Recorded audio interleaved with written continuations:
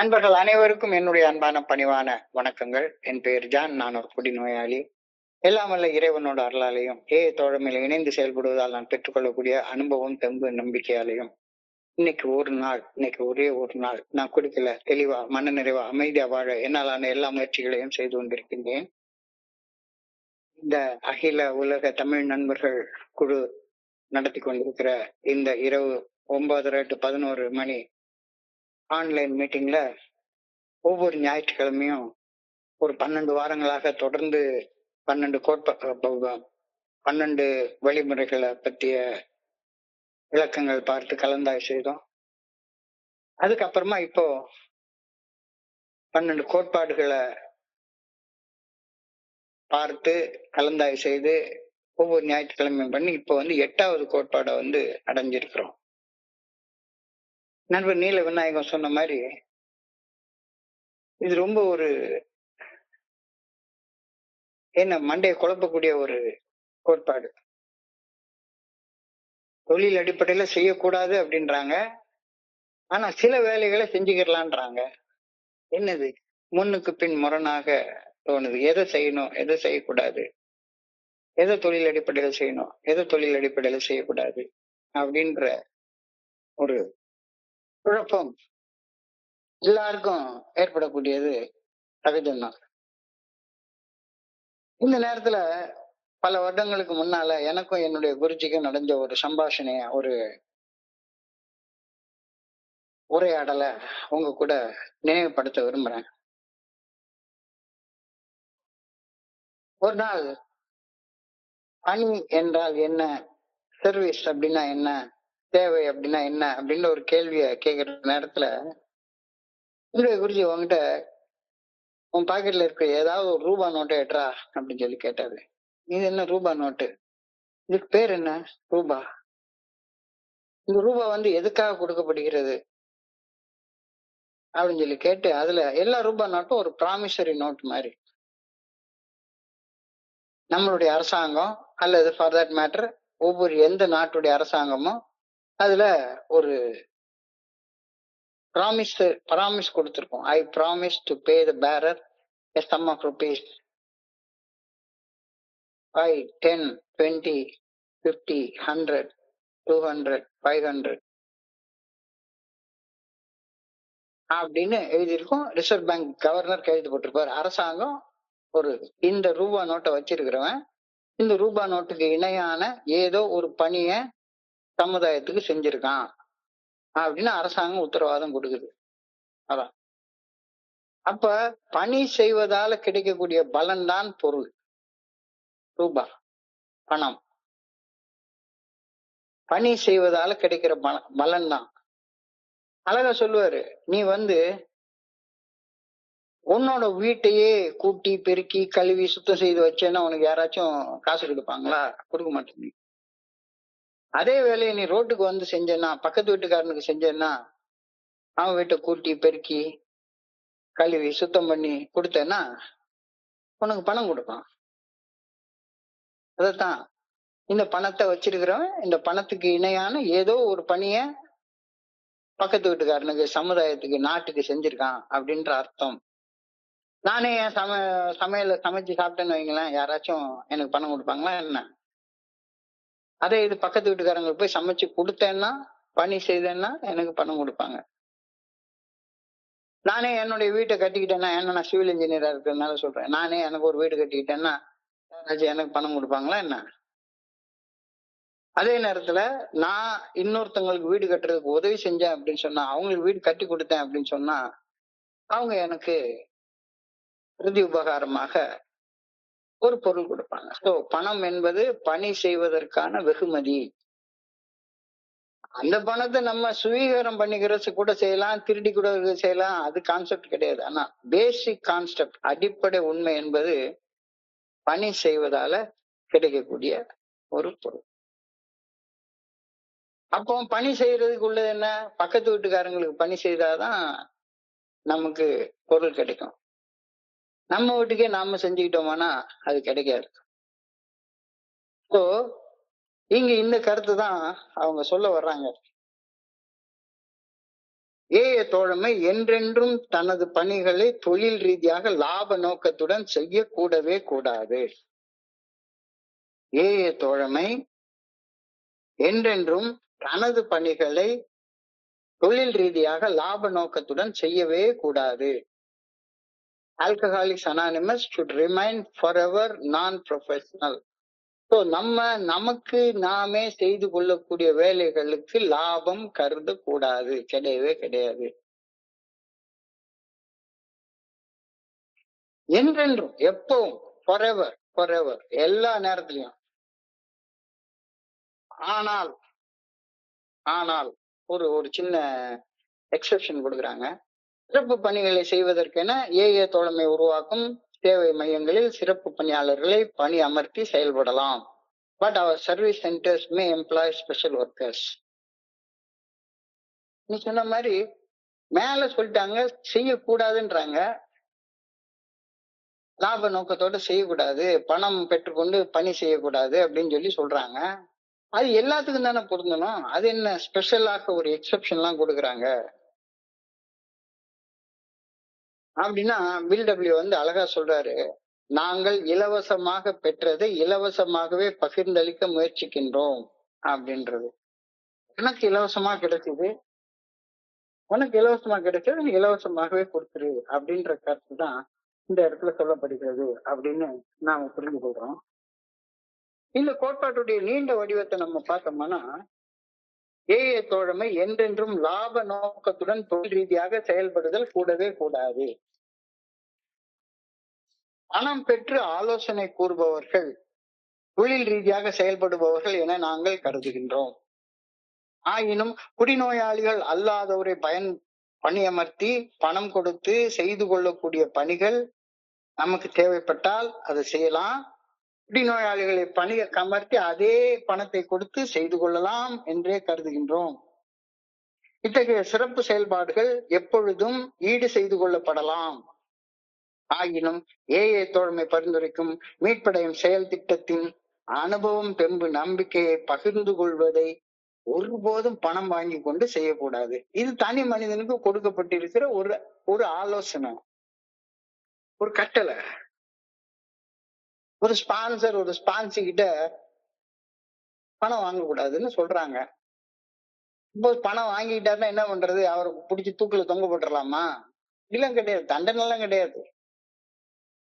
நீ ஒரு தவறு செய்யற அப்படின்னா, ஒரு மரபு வழி அறியப்பட்ட ஒரு கோட்பாட்டை மீறுறன்னா, அந்த கோட்பாட்டை மீறுறதுக்கான தண்டனைய நீயே உனக்கு நீ எழுதிக்கிற. ஒண்ணும் தண்டிக்க போறது இல்ல, மரபு வழியாக இப்படி செய்யாத அப்படின்னு சொல்லிட்டாங்க, அதனால நாம செய்யக்கூடாது அப்படின்னு சொல்லி நாம கருதுறோம். நாங்கள் இலவசமாக பெற்றதை இலவசமாக பகிர்ந்தளிக்க முயற்சிக்கின்றோம். மருத்துவம், சமயம் போன்ற துறைகளில் தொழில் ரீதியாக மிகச் சிறப்பாக செயல்படும் மனிதர்களால் ஒரு குடிநோயாளியை கூட குணப்படுத்த முடியாத நிலையை நடைமுறை யதார்த்தத்தில் நாம் காண்கின்றோம். என்ன அது இந்த வார்த்தையை நீங்க சொல்றீங்களே அப்படின்னு சொல்லி கேட்டா, சத்தியமா இது நான் சொன்ன வார்த்தை இல்ல, மருத்துவம், சமயம் போன்ற துறைகளில் தொழில் ரீதியாக மிகச் சிறப்பாக செயல்படும் மனிதர்களால் ஒரே ஒரு குடிநோயாளியை கூட குணப்படுத்த முடியாத நிலையை நடைமுறை யதார்த்தத்துல நாம பார்க்கின்றோம். அப்புறம் எப்படி எவ்வளவு மருத்துவர்கள் இருக்காங்க, அவங்க இருக்காங்க, இவங்க இருக்காங்க, அவங்க எல்லாம் ஒண்ணுத்துக்கும் பிரயோஜனம் இல்லாதவங்களா அப்படின்னா, நம்மளை பொறுத்தளவுல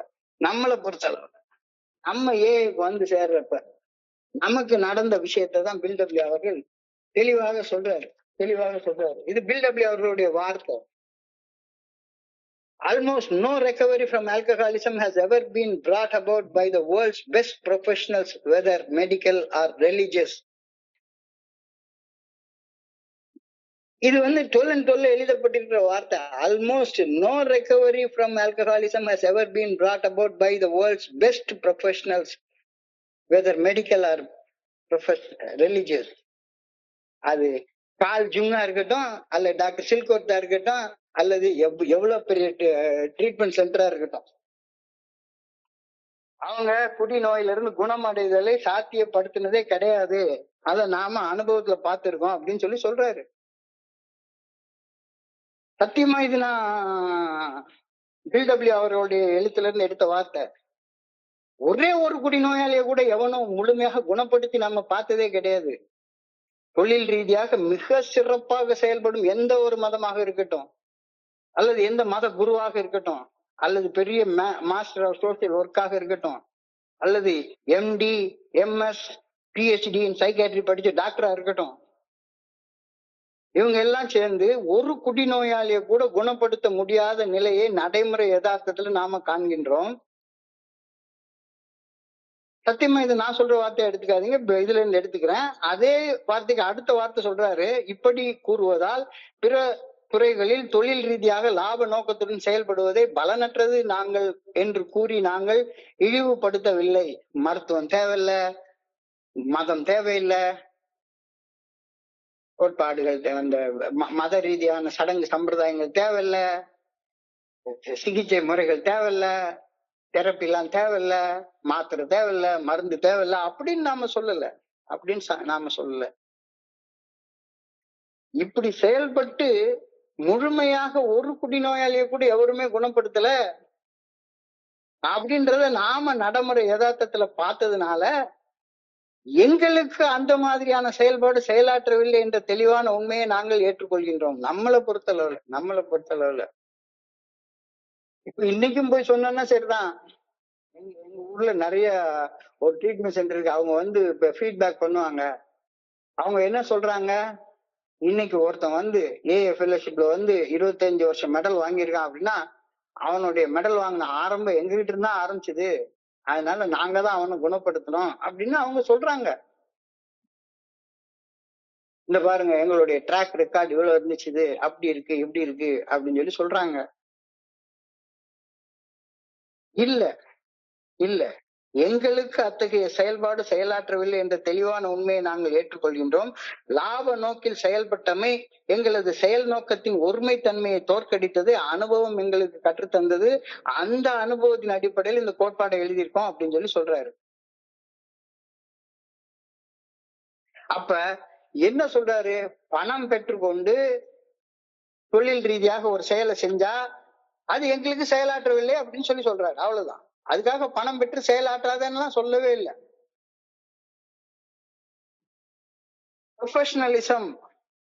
ப்ரொஃபஷனலிசம் ஆல்கஹாலிக்ஸ் அனானிமஸ் தோழமையை பொறுத்தவரை தொழில் முறையற்ற தன்மை, நான் ப்ரொஃபஷனலிசம் என்பது நம்ம கூட இணைந்து செயல்படக்கூடிய குடி நோயாளிகளுக்கு உதவும்.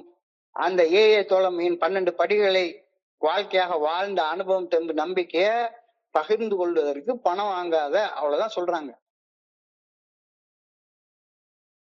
பணம் வாங்கினா நீ உனக்கு இந்த யானை தான் தலையிலேயே மண்ணள்ளி போட்டுக்கிற கதையாக மாறி போயிடும்.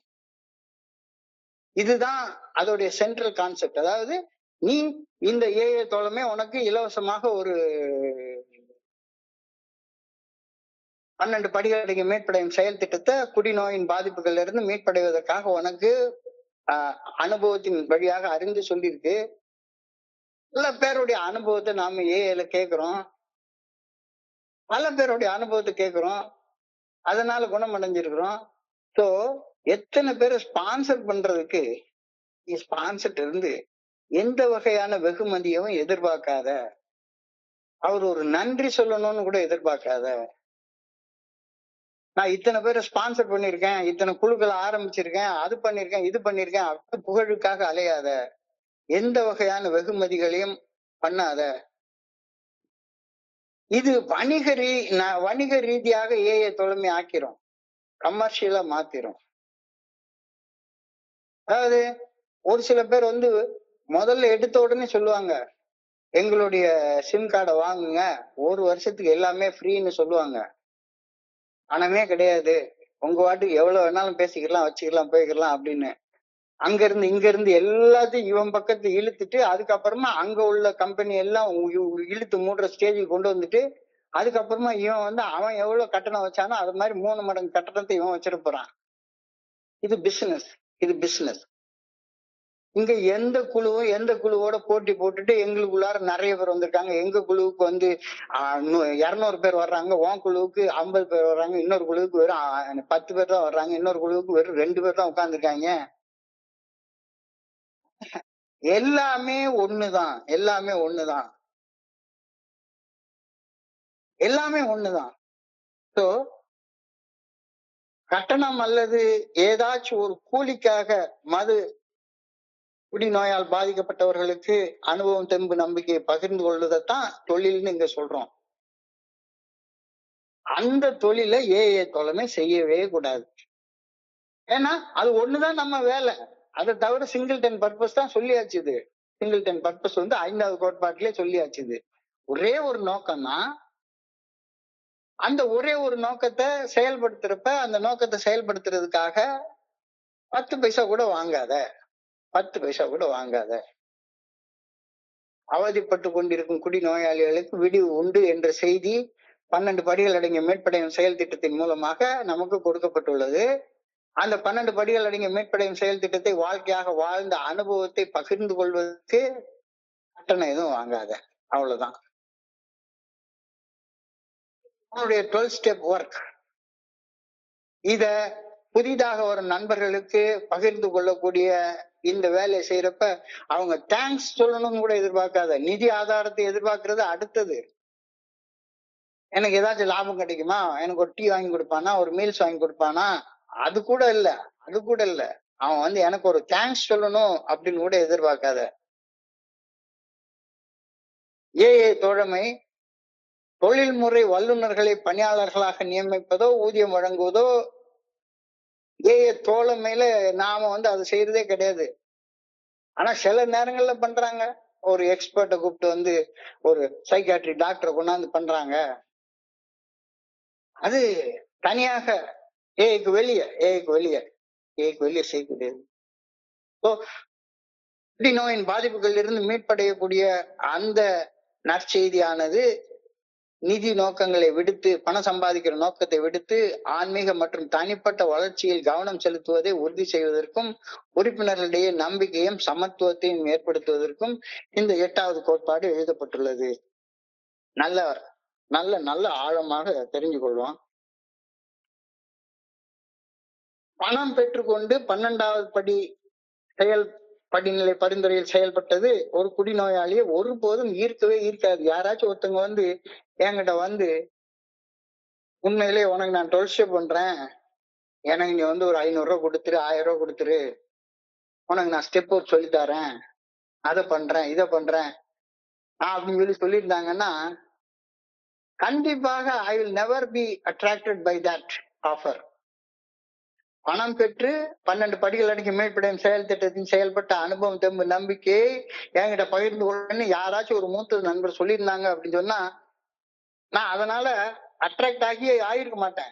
கண்டிப்பா ஆயிருக்க மாட்டேன். கஷ்டப்பட்டு கொண்டிருக்க ஒரு குடிநோயாளியை தனிமையில் நேருக்கு நேர் சந்தித்து பணி செய்தது மட்டுமே நேர்மறை விளைவுகளை தந்தது. அதாவது ஏஏ மீட்டிங்ன்ற வார்த்தைக்கு ஏஏ கூட்டம் அப்படின்னு நம்ம அர்த்தம் கொள்றோம். பில்டபிள்யூ வந்து டாக்டர் பாப் சந்திச்சத முதல் மீட்டிங்னு சொல்றோம். First meeting. இப்ப பில்டபிள்யூ வந்து டாக்டர் பாப் அவர்களை எதற்காக சந்திக்க போனாரு? ஏஏ தோழமையை நிறுவி அந்த ஏஏ தோழமையுடைய நிறுவனராக நான் மாறணும் அப்படின்ற நோக்கத்தோடைய போனாரு? சத்தியமா கிடையாது. அவருக்கு அப்ப அவர் மனசுக்குள்ளார குடிக்கணும் அப்படின்ற ஒரு பயங்கரமான வெறி இருக்கு. 6 மாசம் குடிக்காம இருக்காரு அவரு. டிசம்பர் மாசம் 10ஆம் தேதி 1934 இருந்தே குடிக்கல. என்னைக்கு அவருக்கு ஏபி டாச்சரை சந்திச்ச ஒயிட் கிளவுட் எக்ஸ்பீரியன்ஸ் ஏற்பட்டுச்சோ அன்னையில இருந்து அவர் குடிக்கல. ஆனா 10/6/1935 அன்னைக்கு அவர் குடிக்கணும்ன்ற வெறி வந்துருச்சுது. அப்போ அந்த குடிக்கிற செயலாக மாற்றி கொள்ளாம தன்னைத்தானே காப்பாத்திக்கணும் அப்படின்றதற்காக அவரு டாக்டர் பாப் அவர்களை சந்திக்க போனாரு. பெரிய கூட்டத்தை நிறுவனம்லாம் போல. அது ஒரு சந்திப்பு. எதுக்கு சந்திக்க போனாரு? இந்த பாரப்பா என் மண்டைக்குள்ளார ஒரு கிறுக்குத்தனமா ஒரு ஆசை வந்து ஒரு வெறி வந்துட்டே இருக்கு, குடிக்கணும் போல இருக்கு. உன்னைய சந்திச்சா அந்த குடிக்கணும்ன்ற வெறிய குடிக்கணும்ன்ற செயலாக மாத்தாம என்ன நானே காப்பாத்திக் கொள்ள முடியும். அதுக்காக உன்னைய நான் சந்திக்க வந்தேன் அப்படின்னு சொல்றாரு. இப்போ ஏஏ மீட்டிங் என்பது ஒரு குடிநோயாளி இன்னொரு குடிநோயாளியை சந்திச்சு தன்னைத்தானே காப்பாத்திக்கிறதுக்காக ஒரு குடிநோயாளியை சந்திக்கிற இடம் தான் ஏஏ மீட்டிங் அப்படின்ற கோணத்தோட பார்த்தோம்னா, எனக்கு நானே உதவி கொள்ற செயலுக்காக ஏஏ மீட்டிங் வர்றேன். இதுக்கு நானே காசு வாங்கினா எப்படி அது? இதுக்கு நானே காசு வாங்கிட்டா எப்படி அது ஆகும்? இப்போ பணம் பெற்று ஏஏ தோழமை பரிந்துரைக்கக்கூடிய 12 படிகள் அடங்கிய மீட்பு செயல் திட்டத்துல செயல்பட்ட அனுபவம் நம்பிக்கை பகிர்ந்து கொள்வது ஒரு நாளும் ஒரு குடிநோயாளி ஈர்க்காது. உலகம் முழுக்க இவ்வளவு வேகமாக இது பரவியும் இருக்காது. அவதிப்படும் குடிநோயாளியை தனிமையில் நேருக்கு நேர் சந்தித்து பணி செய்தது மட்டுமே நேர்மறை விளைவுகளை தந்தது.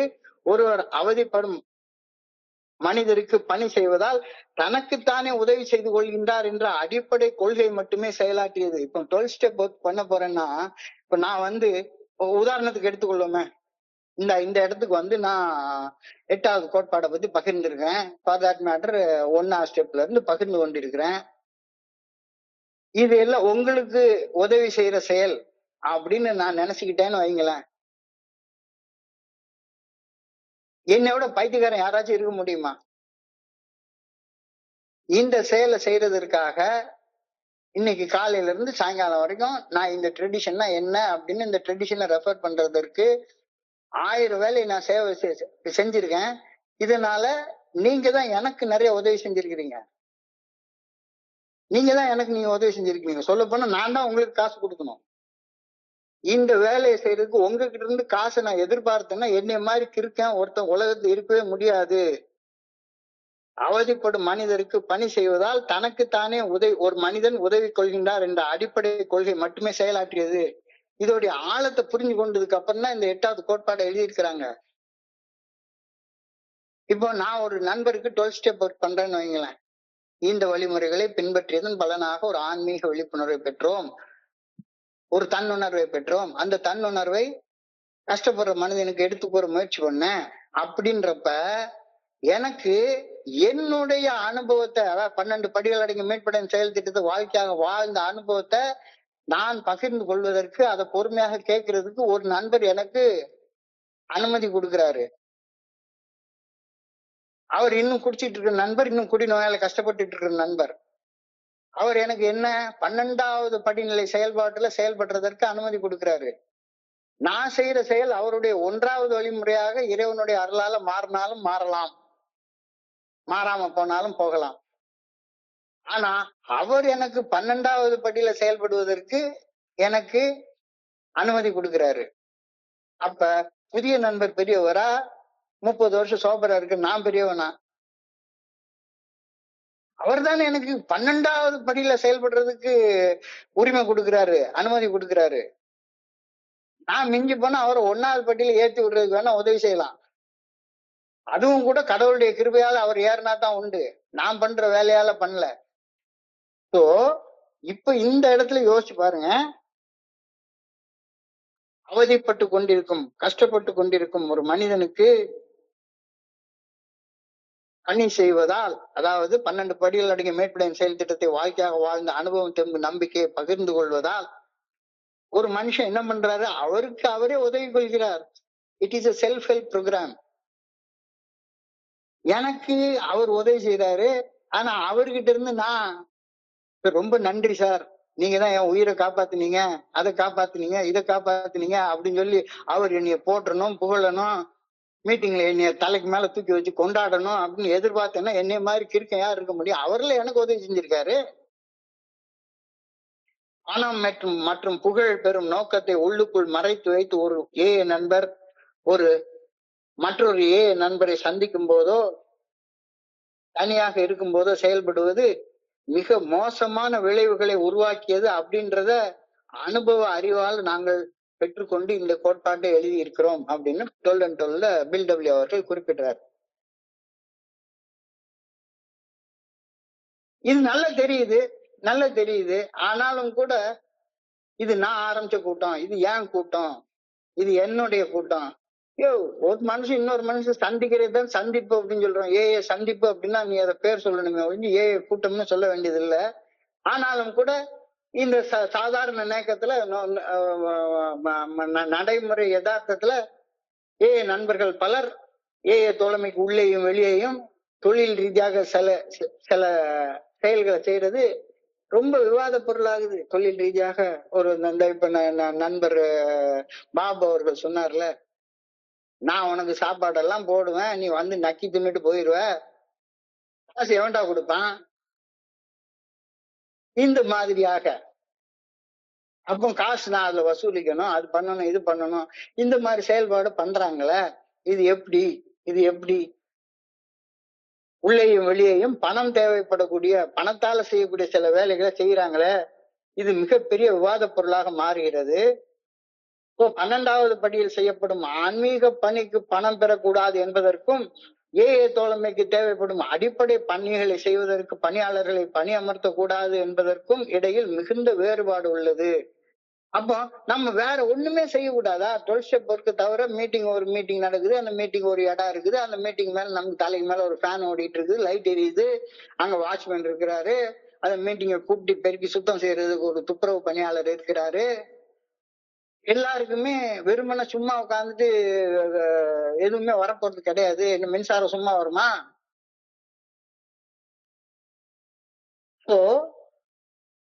தோழமைக்கு தேவைப்படும் அடிப்படை பணிகள் செய்வது, அதாவது அனுபவம், தெம்பு, நம்பிக்கை பகிர்ந்து கொள்றது.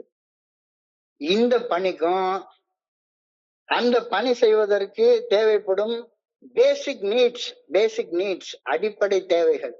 ஒரு இடம் வேணும்ல, நம்ம உட்கார்ந்து கூடி மீட் பண்றதுக்கு. இப்ப இந்த இடத்தை எடுத்துக்கொள்ளுங்க. நம்ம எல்லாருமே உட்கார்ந்து ராத்திரி உட்கார்ந்து இதை கேட்டுட்டு உட்கார்ந்து இருக்கோம். இதை கேட்டுட்டு உட்கார்ந்து இருக்கணும்னா யாராவது ஒரு ஆள் இதை ஆர்கனைஸ் பண்ணாதானே இருக்க முடியும். நிச்சயமா நல்லா தெரியும், ஃப்ரீ கான்பரன்ஸ் கால் கூட 45 நிமிஷத்துக்கு மேல ஃப்ரீ கிடையாது.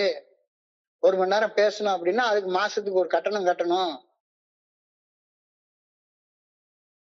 அந்த கட்டணத்தை கட்டி இதை ஆர்கனைஸ் பண்றது ரொம்ப சின்ன கட்டணமாக இருக்கலாம். ஆனாலும் அதை கட்டி அதற்கு பணம் செலவு பண்ண வேண்டிய அடிப்படை தேவைகள் செய்யறதுக்கு இடையில வித்தியாசம் இருக்கு. நீ 12 ஸ்டெப் ஒர்க் பண்றதற்கு பணம் வாங்காத, ஆனா 12 ஸ்டெப் ஒர்க் பண்றதுக்கு ஃபெசிலிட்டேட் பண்றதுக்கான அடிப்படை செயல்களை செய்யறதற்கு பணம் தேவைப்படும் அப்படின்றத மறுக்க முடியாதுதானே. இது ரெண்டுக்கும் இடையில உள்ள வித்தியாசத்தை புரிஞ்சுக்கோ அப்படின்னு இந்த கோட்பாடுல சொல்ல வர்றாங்க. நண்பர்கள் அந்த 12வது படியில திறம்பட செயலாற்றுவதை சாத்தியப்படுத்தும் முன்மொழிவாக சில பணிகளை தொழில் ரீதியாக செய்தாக வேண்டும் என்பதையும் நாங்கள் அறிகின்றோம். அந்த பணிகளை செய்யறத பணின்னு சொல்லாத, அது வெளியே செஞ்சுக்கோ, சிறப்பு பணிகளாக சிறப்பு பணியாளர்களை வச்சு செஞ்சுக்கோ. முழு நேர பணியாளர்களை பணியமர்த்தாமல் தோழமையின் 12வது படிநிலை செயல்களை செய்வதற்கு முன்னேற்பாடான பணிகளை செய்வது ரொம்ப ரொம்ப கஷ்டம். மீட்டிங் நடத்துறதுக்கு ஒரு இடம் வேணும்ல. அந்த இடத்த பண்றது, இப்போ ஒரு பிக் புக்கை பிரிண்ட் பண்ணிருக்காங்க அப்படின்னா பிக் புக் உலகம் முழுக்க அத்தனை லட்சம் காப்பி சர்க்குலேட் ஆயிருக்கு. அது எல்லாம் தானா சர்க்குலேட் ஆகுமா என்ன? அதை செய்யறதற்கு ஓரளவுக்கு அடிப்படை பொருளாதாரம் தேவைப்படும் தானே. சோ 12வது தோழமை பரிந்துரைக்கக்கூடிய 12 படிகளுடைய மேற்படியின் செயல் திட்டத்தை வாழ்க்கையாக வாழ்வதில் திறம்பட ஒரு தனி மனுஷன் செயலாற்றணும் அப்படின்னா அதற்கு முன்மொழிவாக ஒரு கொஞ்சோண்டு காசு தேவைப்படக்கூடிய பல பல பல பணிகளை நாம செய்ய வேண்டியது இருக்குது. அதை நாம் அறிகிறோம். சோ அந்த பணிகளை பணியாளர்களை பணிக்கு அமர்த்தாம எப்படி செய்ய முடியும்? உதாரணத்தை எடுத்துக்கொள்ளுங்களேன். எங்க குரூப்ல ஒரு நிகழ்ச்சி நடந்தது. நடக்கிறப்ப நாங்க ஒரு 15 பேர் வருவோம். ஆரம்ப காலத்துல இது நடக்கிறது ஒரு 15 வருஷத்துக்கு முன்னாலன்னு வைங்களேன். கூட்டம் நடக்கும். ஒரு நண்பர் வந்து அவரே வீட்டுல வந்து அழகா ஒரு பெரிய 2 லிட்டர் பிளாஸ்க்ல மாஞ்சோலை எஸ்டேட் டீயை வாங்கிட்டு வந்து அழகா டீ போட்டு சூப்பரா டீ போட்டு எடுத்துட்டு வந்து வெண்ணி தண்ணியில கழுவுன எவர்சில் ஒரு கிளாஸ் கரெக்டா கொண்டாந்து வச்சு ஆளுக்கு ஒரு கிளாஸ் ஊத்தி கொடுத்து அவரே ஊத்தி கொடுப்பாரு. ஊத்தி கொடுத்து அவரே எடுத்துவாரு, கழுவிடுவாரு, கழுவி வச்சுப்பாரு. நடக்கும். ஏன்னா எங்க கூட்டத்துல இருந்து போய் டீ வாங்கிட்டு வர முடியாது. அவரே டீ போட்டு எடுத்துட்டு வருவாரு. எடுத்துட்டு வந்த உடனே முடிவுல வந்து ட்ரெஷரர்கிட்ட வந்து, ஐயா டீ செலவுக்கு வந்து 100 ரூபாய் ஆச்சுது அப்படின்னு சொல்லி கேட்பாரு. கிட்டி பையில இருந்து 100 ரூபாய் எடுத்து சேர்பர்சன் அவர் கையில கொடுத்துருவாரு. இத ஒரு மூத்த நண்பர் பார்த்துட்டு, ஐயோ என்ன டிஏ வந்து தொழில் அடிப்படையில் செயல்படக்கூடாது, நீங்க டீ வியாபாரம் பண்ணிட்டு இருக்க அப்படின்னு சொல்லி 2 தடவை சொன்னாரு. அவருக்கு ஒன்னும் பொறுக்கல. என்னடா இது, நம்ம இத்தனைக்கு மாஞ்சோல டீ, ஒரு டீ வெளியே போய் கொடுத்தோம்னா நம்ம சாதாரண கொடுக்குற டீ வந்து 15 ரூபாய்க்கு கொடுக்குறான், 10 ரூபாய்க்கு கொடுக்குறான், 15 ரூபாய்க்கு கொடுக்குறான் அப்படின்னா அந்த டீயை விட பயங்கர ஸ்டாண்டர்டா அவர் போட்டு இத்தனைக்கும் சுத்தமான வெண்ணி தண்ணியில கழுவுன பிளாஸ்க்ல கொண்டு வந்து தர்றாரு. இவர் பார்த்துட்டு அதை பார்த்து கேட்கிறாரு, ஏக்குள்ளார நீ எவன் டீ வியாபாரம் பண்ண விட்டது, இதுல எவ்வளவு லாபம் சம்பாதிக்கிறா, அவர் மிஞ்சி போனா 100 ரூபாய் வாங்கிட்டு போவாரு. இந்த மாதிரி கிறுக்குத்தனமா பேசாத அப்படின்னு சொல்லி இந்த கோட்பாடு சொல்லுது. முழு நேர பணியாளர்களை பணியமர்த்தாமல் தோழமையின் 12 படிகள் அடங்கிய மீட்படையும் செயல் திட்டத்தை அனுபவம் தெம்பு நம்பிக்கைகளை பகிர்ந்து கொள்ளக்கூடிய முன்னேற்பாடு பணிகளை செய்வது கஷ்டம், முடியாது. இன்னொரு உதாரணத்தை பில்டபிள்யூ சொல்றாரு. இது 12 and 12 புக்ல இருந்து எடுத்த உதாரணமாக உலகெங்கிலும் உள்ள பொது சேவை மையங்களில் இருந்து ஒவ்வொரு நாளும் டன் கணக்குல புஸ்தகத்தை பார்சல் பண்றாங்க. இப்ப நீங்க இங்க இருந்து எழுதி போடுறீங்க பம்பாயில இருக்கக்கூடிய ஜிஎஸ்ஓ ஆபீஸுக்கு, எனக்கு 100 பிக் புக் வேணும், 50 தினம் நம் சிந்தனை புக் வேணும், 12 வழிமுறைகள் கோட்பாடுகள் புக் வேணும், லாங்குவேஜ் ஆஃப் த ஹார்ட் வேணும் அப்படின்னு மும்பைக்கு எழுதுனா மும்பையிலேயே ஏகப்பட்ட புக் ஆர்டர் டெய்லி வந்துட்டே இருக்கு. அப்போ உலகம் முழுக்க இருந்து 175 நாடுகள்ல இருந்து ஜிஎஸ் ஆபீஸுக்கு எவ்வளவு அழைப்புகள் வரும், இவ்வளவு கோரிக்கைகள் வரும். இது எல்லாத்தையும் வச்சு புக் எடுத்து அந்த இண்டென்ட பார்த்து அடுக்கி வச்சு கட்டி பார்சல் பண்ணி அதை கூரியர்ல கொண்டு போய் போட்டு கூரியர்ல அனுப்பி வைக்கிறதுக்கு அது என்ன புக்கு தானா தனியா கட்டிக்குமா என்ன? அதை கட்டுறதுக்கு ஒரு ஆள் வேணும்ல. பொது சேவை மையத்தில் அலுவலகத்தில் மலை போல குவியும் கடிதங்களுக்கு அதில் எழுப்பணுமா வேண்டாமா? ஒரு நாளைக்கு மட்டும் கிட்டத்தட்ட 2000 கடிதங்கள் வேர்ல்டு சர்வீஸ் ஆர்கனைசேஷனுக்கு வருதுன்னு சொல்றாங்க. 2000 கடிதங்கள். ஒரு ஆள் வந்து ஒரு நாளைக்கு 75-100 கடிதம் படிச்சு ரிப்ளை பண்ண முடியுமா? அதுக்கு மேல முடியுமா? அந்த 100 கடிதத்தையும் அவன் 8 மணி நேரம் வேலை பார்த்தாதான் அதுக்கு ஒழுங்கான பதில சொல்ல முடியும், ஒவ்வொன்றுக்கும் தேவையான பதில கொடுக்க முடியும். இதையெல்லாம் இப்ப பண்றதுக்கு வந்து ஏஐல வந்து நம்ம ஒண்ணுமே காசு தேவையில்ல சும்மா பண்ணலாம் அப்படின்னா முடியுமா? மலை போல் குவியும் கடிதங்களுக்கு பணியாளர்களுக்கு பணி அமர்த்தாமல் எப்படி செய்ய முடியும்? அப்ப அப்படி பணி அமர்த்துற இவங்க எல்லாருமே வந்து ஓசிக்கு தான் வந்து செஞ்சுட்டு போகணும், காசு வாங்கக்கூடாது அப்படின்னு சொல்லி சொன்னோம்னா அந்த பணிகளை செய்ய முடியுமா? சத்தியமா முடியாது, சத்தியமா முடியாது. இந்த மாதிரியான செயல்கள் எல்லாமே டீ போட்டு கொடுக்கறது அல்லது புஸ்தகத்தை அனுப்பி வைக்கிறது, மெடல் அனுப்பி வைக்கிறது, இதெல்லாம் 12 ஸ்டெப் ஒர்க் கிடையாது. இதெல்லாம் 12 ஸ்டெப் ஒர்க் கிடையாது. 12 ஸ்டெப் ஒர்க்குக்கு பணம் வாங்கக்கூடாதுன்னு இந்த கோட்பாடு சொல்லுதே ஒழிஞ்சு 12 ஸ்டெப் ஒர்க்கை ஃபெசிலிட்டேட் பண்ணக்கூடிய வேலைகளுக்கு பணம் வாங்கக்கூடாதுன்னு சொல்லவே இல்லை. உதாரணத்துக்கு நம்ம ஊர்ல போலீஸ் ஸ்டேஷன்ல ஒரு ஏஐயோடைய இங்க கூட்டம் நடக்குது அப்படின்ற ஒரு போர்டு வைக்கலாம்னு முடிவு பண்றோம்னு வைங்களேன். அந்த போர்டு வைக்கணும்னா அதுக்கு 4 ஆங்கில வாங்கணும், கட் பண்ணணும், வெல்டு பண்ணணும், ஒரு போர்டு எடுத்து ஒண்ணு ஃபிளக்ஸ் அடிக்கணும் அல்லது பெயிண்ட் பண்ணணும், அதை ஒரு 4 ஆள் எடுத்து ஒரு கம்பிய குழியை நோண்டி ஒரு ஃபவுண்டேஷன் போட்டு வைக்கணும். இந்த வேலையை செய்யறது தானா செய்யுமா என்ன? அதுக்கு ஒரு சின்ன பணம் தேவைப்படாதா என்ன? அதை தொழில் ரீதியாக செய், அது ஒண்ணும் பிரச்சனை கிடையாது. அவங்ககிட்ட சொல்லப்பட்டிருக்கிறது ஏஐ தோழமை பரிந்துரைக்கக்கூடிய 12 படிகள் அடங்கிய மீட்படையும் செயல் திட்டத்தை வாழ்க்கையாக வாழ்ந்த அனுபவம் தெம்பு நம்பிக்கையை பகிர்ந்து கொள்றதற்கு பணம் வாங்காத, அவ்வளவுதான் சொல்லியிருக்கு. அது இல்லாத வேற எல்லா பணிகளுக்கும் சிறப்பு பணியாளர்களை நியமிச்சு நீ அந்த பணியை செஞ்சுக்கோ, எல்லா குழுக்களும் தானா செஞ்சுக்கலாம், தாராளமா செஞ்சுக்கலாம் அப்படின்னு சொல்றது. எது 12வது படி செயல்பாடு, எது 12வது படி இல்லாத செயல்பாடு அப்படின்றது எல்லாருக்கும் தெளிவாக தெரியும். குடிநோயை குணப்படுத்துதலை பணம் பெற்றுக்கொண்டு தொழில் ரீதியாக செயல்படுத்தும் பல வெளி நிறுவனங்கள் இயங்குகின்றன. எத்தனையோ ட்ரீட்மெண்ட் சென்டர் இயங்கிட்டு தான் இருக்கு. எவ்வளவோ டாக்டர்கள் இருக்காங்க, எவ்வளவோ டாக்டர்கள் இருக்காங்க, எவ்வளவோ மாஸ்டர் ஆஃப் சோசியல் ஒர்க்கர்ஸ் இருக்காங்க, எவ்வளவோ மதம் சார்ந்த பணியாளர்கள் இருக்காங்க, நம்மளுக்கு கவுன்சிலிங் கொடுக்குறாங்க, எத்தனையோ விஷயங்கள் நடக்கிறாங்க.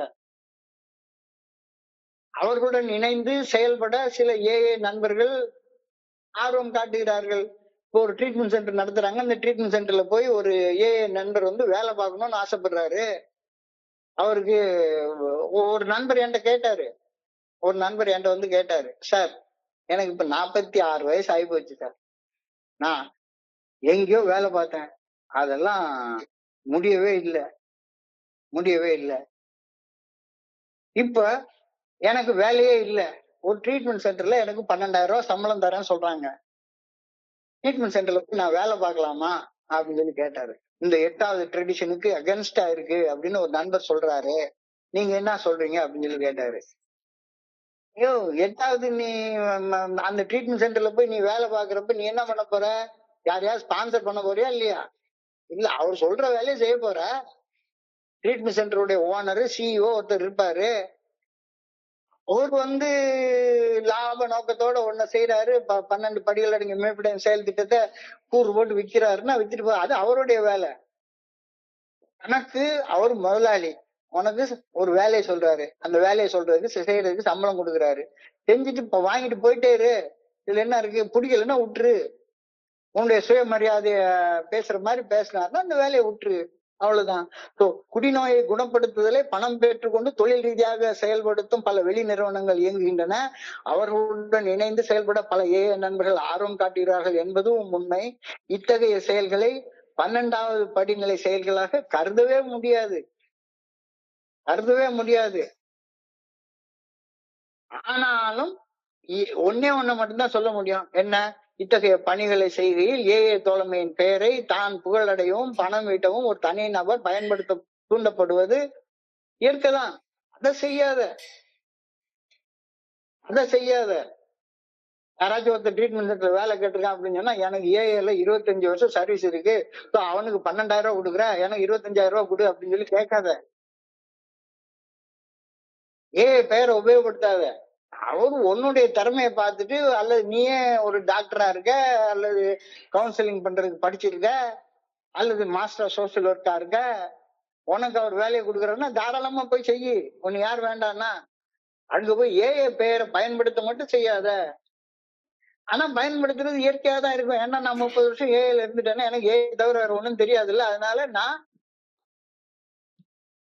என்னுடைய அனானிமிட்டியை பிரேக் பண்ணி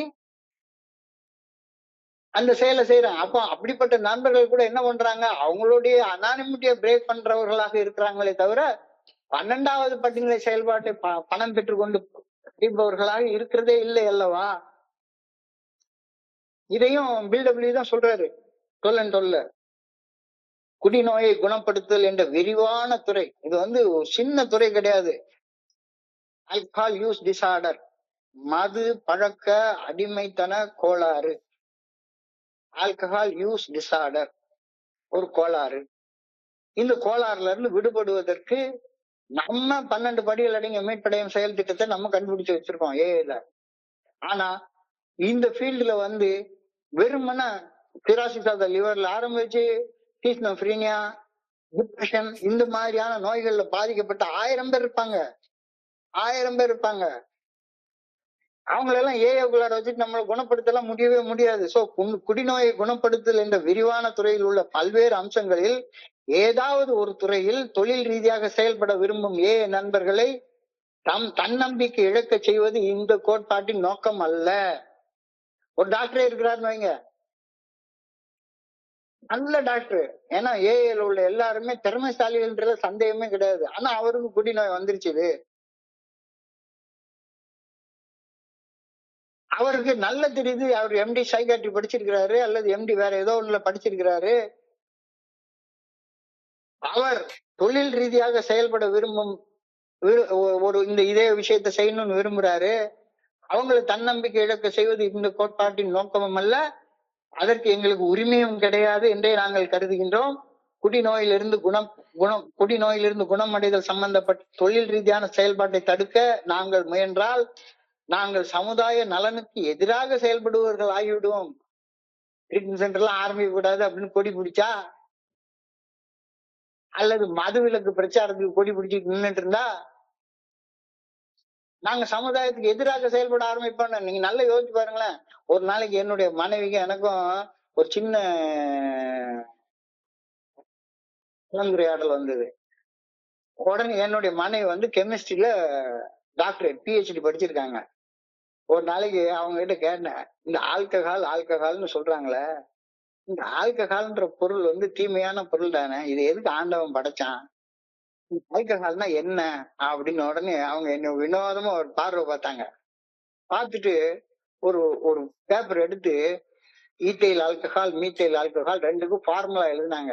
கட கட கடன்னு சிஹெச்னு என்னமோ ஒரு ஹைட்ரோ கார்பன், அது ஒரு ஃபார்முலா எழுதினாங்க. இந்த இந்த சப்ஸ்டன்ஸ், இந்த ஆல்கஹால் அப்படின்ற substance, it is the best solvent. எது கூட ரியாக்ட் ஆகாது. அதாவது தண்ணீருக்கு அடுத்த தண்ணீர் பெஸ்ட் இருக்கிறதுலே பெர்ஃபெக்ட் சால்வெண்ட் தண்ணீர் தான். தண்ணீருக்கு அடுத்தபடியாக it is the best solvent எதுன்னா இந்த ஆல்கஹால் என்ற இந்த ஹைட்ரோ கார்பன் தான். இந்த கார்பன் மருத்துவத்துறையில் உள்ள டாக்டர்கள் அவங்களுடைய ஆராய்ச்சியை நீ கண்டுபிடிச்சேன்னா அந்த ஆராய்ச்சியில மருத்துவத்துறையில இன்னைக்கு இவ்வளவு பெரிய டெவலப்மெண்ட் வந்திருக்குது அப்படின்னா எவ்வளவு பெரிய ஆபரேஷன்ஸ் எல்லாம் நடக்குது, எவ்வளவு உயிர்களை காப்பாத்துது. சாதாரண பெனாடில் மருந்துல கூட அந்த மருந்துடைய தன்மையை மாத்தாம கலக்கி அத ஒரு கரைப்பானாக சால்வெண்டாக கொடுக்கக்கூடிய தன்மை ஆல்கஹாலுக்கு இருக்குது. இண்டஸ்ட்ரியல் ஃபீல்ட் எடுத்துட்டீங்கன்னா இன்னைக்கு எவ்வளவு பெரிய வார்னிஷஸ் பெயிண்ட்ஸ் எடுத்துக்கிறோம். எவ்வளவு ஒரு காரை பண்ற பெயிண்ட் டெக்னாலஜி எல்லாம் எவ்வளவு வளர்ந்து போயிருக்குது. இல்லாட்டி போனா துரு பிடிச்சி ரஸ்ட் ஆகி வீணா போயிடும். இண்டஸ்ட்ரியல் ஃபீல்டுல தொழில் துறையில இந்த ஆல்கஹாலோடைய உபயோகம் பயங்கரமானது. தண்ணி எது கூட ரியாக்ட் ஆகாது. ஆனா இந்த ஆல்கஹால் ஒன்னே மாதிரி ஒரு கிறுக்கு வயிற்றுக்குள்ளார போயிடுச்சுன்னா ரியாக்ட் பண்ணிருது. Alcohol plus ISM is equal to alcoholism அப்படின்னு எழுதி காட்டினாங்க. ISM என்றால் indifferent state of mind. Indifferent state of mind உள்ள ஒன்னே மாதிரி ஒரு கிறுக்கனுக்குள்ளார இந்த ஆல்கஹால் போயிடுச்சுதானா உன்னைய நோயாளியாக்கி உன் கூட ரியாக்ட் பண்ணி அது கிறுக்குதனம் பண்ணிவிடுது. மிச்சப்படி ஆல்கஹால் தனியா இருக்கிறப்ப அது நல்ல பொருளப்பா, ஆண்டவன் படிச்ச ஒரு அற்புதமான சப்ஸ்டன்ஸ். மருத்துவத்துறை ஆகட்டும், தொழில்துறை ஆகட்டும், இன்னும் வேறு எத்தனையோ துறைகள்ல அது அதோடைய வேலையை அழகா செஞ்சிட்டு இருக்கு. நீ போய் உட்கார்ந்துட்டு அந்த ஆராய்ச்சிகள் மேல உனக்கு ஒரு கல்வியும் தெரியாது. உனக்கு தெரிஞ்சதெல்லாம் குடிச்சா போத வரும். ஆண்டவன் பயணம் போகும் பாதையில் திராட்சை கொடியை வளர்ப்பானா, பாவம் என்றால் ஒரு ஆணையும் பெண்ணையும் இறைவன் படைப்பானா, பயணம் போகும் பாதையில் திராட்சை இவர் குடிக்கிறதுக்காகவே ஆண்டவன் மதுவை படைச்சிருக்காராம். இவன் கிறுக்குத்தனமான எண்ணம் பாரு. சோ இந்த எண்ணம் தான் தவறுன்னு சொல்லுது. இந்த எண்ணம் தான் தவறு சொல்லுது. சோ நாம தொழில் ரீதியாக ஆல்கஹாலை வச்சு பயன்படுத்தக்கூடிய அந்த விஷயங்களோ அல்லது அந்த ஆல்கஹால் அபியூஸால கஷ்டப்படுற மனிதர்களுக்கு மருத்துவம் செய்யக்கூடிய சிகிச்சை செய்யக்கூடிய அவங்களுடைய வேலைகளை குறை சொன்னதுனால என்ன சொல்றோம், நாங்கள் சமுதாய நலனுக்கு எதிராக செயல்படுபவர்கள் ஆகிவிடுவோம். நாங்க அதனாலதான் அந்த 2வது பாட்டை சேர்த்திருக்கிறோம். என்ன 2வது பாட்டு? we may employ special workers when needed. தேவைப்பட்டா பட் அவர் service centres may employ special workers. அது யார் வேணாலும் சரிதான். நீ ஆரம்பிக்கிறன்னா ஒரு தனியாக ஒரு சர்வீஸ் சென்டர் ஆரம்பிச்சு செஞ்சுக்கோ. என்ன சேவை வேணாலும் செய்ய, தாராளமா செய்ய. பணத்து ஒரு அனிவர்சரி நடத்துறோம். அனிவர்சரி நடத்துறப்ப அந்த 200 ரூபா ரிஜிஸ்ட்ரேஷன் ஃபீஸ் வேணுமா? என்ன கேட்டா தேவையில்லைதான். ஆனா நிச்சயமாக எல்லாருக்கும் சாப்பாடு போட்டா ஏதாவது ஒரு காசு தேவைப்படத்தானே செய்யும். அந்த காசை வாங்கிட்டு செய்யாத அப்படி சொல்ல வேண்டியதில்ல. செவன்த் ட்ரெடிஷன் நல்லா புரிஞ்சுட்டு இருந்தேன்னா, போன வாரமே ஒரு கேள்வி கேட்டார் ஒரு நண்பர். எஸ், தாராளமாக தாராளமாக ஒரு கிட்டி பைய விட்டு நீ அந்த செயலை செஞ்சுக்கோ, தப்பே கிடையாது. சோ தோழமையின் 12 படிகள் அடங்கிய மீட்பின் செயல் திட்டத்தை நாங்கள் தொழில் ரீதியாக லாப நோக்கத்தோடு செயல்படுத்த மாட்டோம் என்ற இந்த கோட்பாடு பல உற்சாகமூட்டும் நிகழ்வுகளின் அனுபவத்திற்கு பின் வடிவமைக்கப்பட்டது.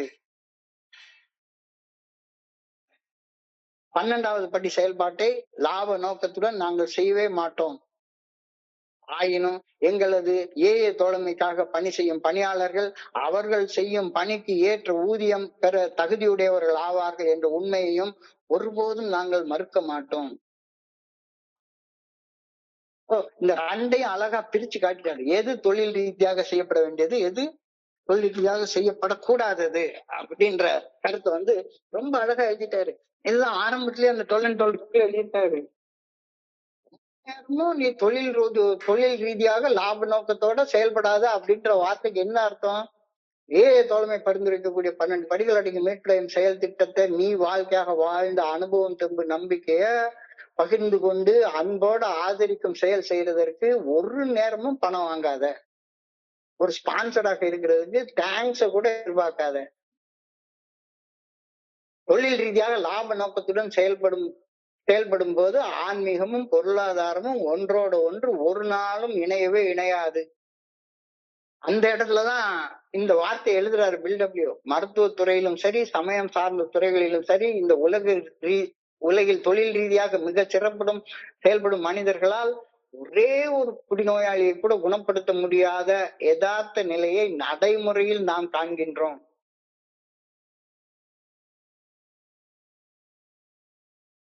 பிற தொழில்களில் தொழில் ரீதியாக லாப நோக்கத்துடன் செயல்படுவதை பயனற்றதுன்னு நாங்க சொல்லல.